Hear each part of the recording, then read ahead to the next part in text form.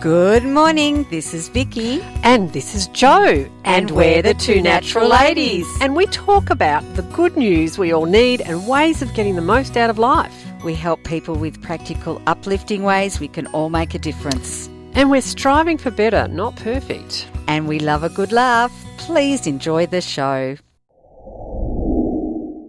So yeah, that was perfect because we're talking about women and mums and fertility and parenting and being the perfect parent. Of course. Yes, mother, wife. Yes. So, where were we? So we've got a little list here. We're trying to be the super mum. Yes. We covered that, I think. Well, comparing ourselves with others, I remember that when my kids were little, there was, and again, I'm pretty sure I've mentioned this. I won't say what her name is, but oh my gosh, she was amazing. She had 6 children, a huge house, and was very involved in lots of other things, and always seemed to have everything under control. I'm sure she didn't, but I would compare myself to her, and I had 2 children at the time, and I'd think, I can't even get this happening or that happening, and so yes, it's such a it doesn't work to compare yourself. You were talking before about other people, us looking at other people and thinking they've got it handled, but some people might be looking at us and think we've got it handled. Well, I don't know how many kids I had. It was at least 3, if not 4 at the time. And I'd baked a cake or muffins or something, because a friend was coming over with her kids. And she's like, I don't know how you baked. Like, you're amazing. I'm like, really? I thought I just baked. It didn't seem to be a big deal. And I used to bake with the kids anyway as an activity for them. Yes. But there you go. So at that moment, I was super mum. Yes, that's right. Yes. And doing it right. What is right? But we were constantly looking at, again, we were talking about education and where the kids went to school and did we go take them to the right school? Constantly, am I doing this right? Is this the right way to do it? And it's just, and I mean, that can go for anything, not just parenting in every area. It makes us easy targets if we're feeling somebody's judging us too. Yes. And it is such a big thing. And I remember going to the parent-teacher interviews and depending on which child it was, it'd be like trepidation or knowing that it would be, there wasn't going to be any issues. But again, me taking on that because they're struggling with something. And, I mean, some of the time it was the teacher too. Yeah. I always felt it was up to me, even though I wasn't in the classroom with my child or the teacher. It's really interesting how we take that all on. Yeah. Yes. Yeah. Well, my son actually was telling a funny story. It wasn't funny for him, but apparently this teacher had taken a disliking to him, and he was expecting for her to give it to him in the parent-teacher interview. And I walked in, and she was as nice as pie to me. And he's like, damn it. I wanted you to see the real teacher. So, and navigating all of that, like all of a sudden one has to, where are our qualifications for dealing with schools and parent-teacher interviews and education and wow, Yeah, there isn't a manual when they're born. There should be a manual with each child you need a different manual too with each child. You do. And the kids look at us like, we have that manual. We do. Just a moment. I'll just get to page 25. What to do when Michael does this? That's it. So, and one day they actually, and my kids are various ages, and now some of them are waking up to the fact that I am just human, which is quite a relief. Actually, it is. Yes. So, time for us and our partner. I remember that. Making time for date night. Too tired to enjoy it. Yes. I actually remember my parents gave us tickets to, what's his name, Barry Humphries, and we fell asleep it was so,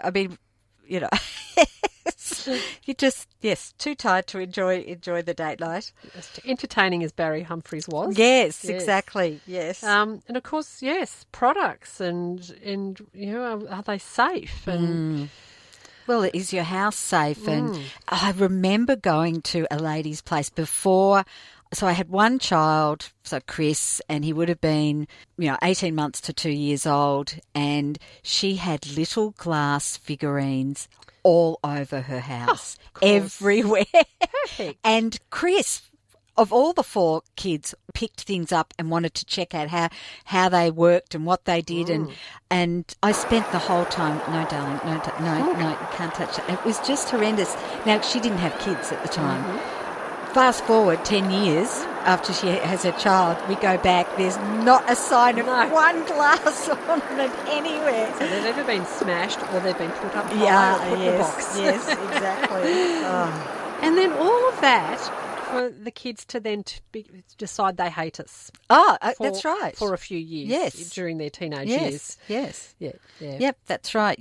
I remember that with my mum and dad, or my mum, actually. And I think it's often same-sex, like mums with daughters and dads with sons. Yeah. And I remember, yes, my mum was the absolute enemy of enemies when I was a teenager. And, she would... so many memories of her embarrassing me. Oh, they're so embarrassing, parents. And I remember my mum, I'd slam my door and I worked out I could take the doorknob off the door and she couldn't get in. Oh, that's a good one. And then she would go away and she'd write me a letter. Oh, isn't that lovely? Yeah. Which is probably where we go. We do texting we now. We do Messenger. Yes. It's interesting. Again, parent effectiveness training.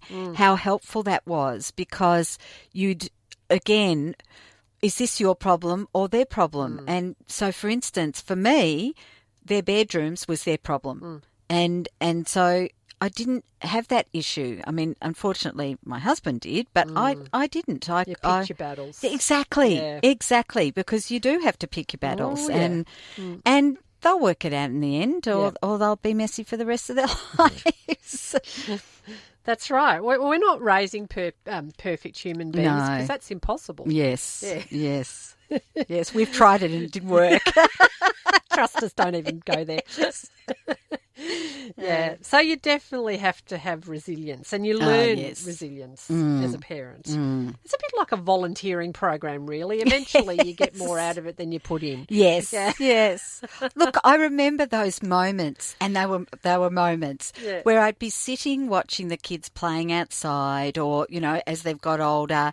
I can remember actually last Christmas they were all together and mucking around and joking, and it's like you take a snapshot of that moment and go, this is the perfect moment. And it was, but it's a moment. And then something happens and, Have you done one of those photos where you get them to pose like they were when they were 4 and 5 and 6 years old? No. Would they do it? Probably not. No, I don't. I'm just thinking of it. It would probably be my youngest that would be the other 3 would probably do it. Yeah. It's really interesting because when Nick was born, for me it was like a completion.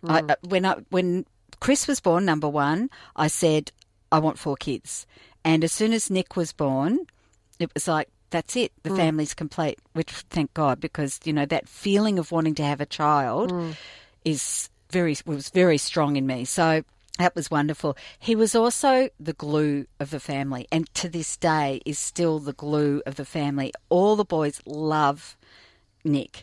And, they used to, when he was younger, they would jump on top of him and we'd say, stop it, leave him alone. And they'd say, we're toughening him up. And, of course, he is the toughest of the 4 of them, and he, because he does boxing, but he's just that kind of person, and he's just this real character, and he's like the other 3 will try and please. He's like almost like, nah, I'm not doing that. He's just himself with it. So no, he wouldn't do it. He wouldn't do it. I don't think so. I mean, I'll ask him. I'd have to find a photo. Have you done it? No, but I've thought about it. So yeah. Well, you could just say, I'll pretend Nick wasn't born and have this photo here of the three of you before Nick was born. And then No, we couldn't do that. Nick might go, oh, what about me? There you go, you get him in. Oh, there's this photo here, Nick. There you are. So yes, my sister gave out her Christmas. Were you with me? Yes. Her Christmas cards, her annual Christmas cards, which usually include both of her children.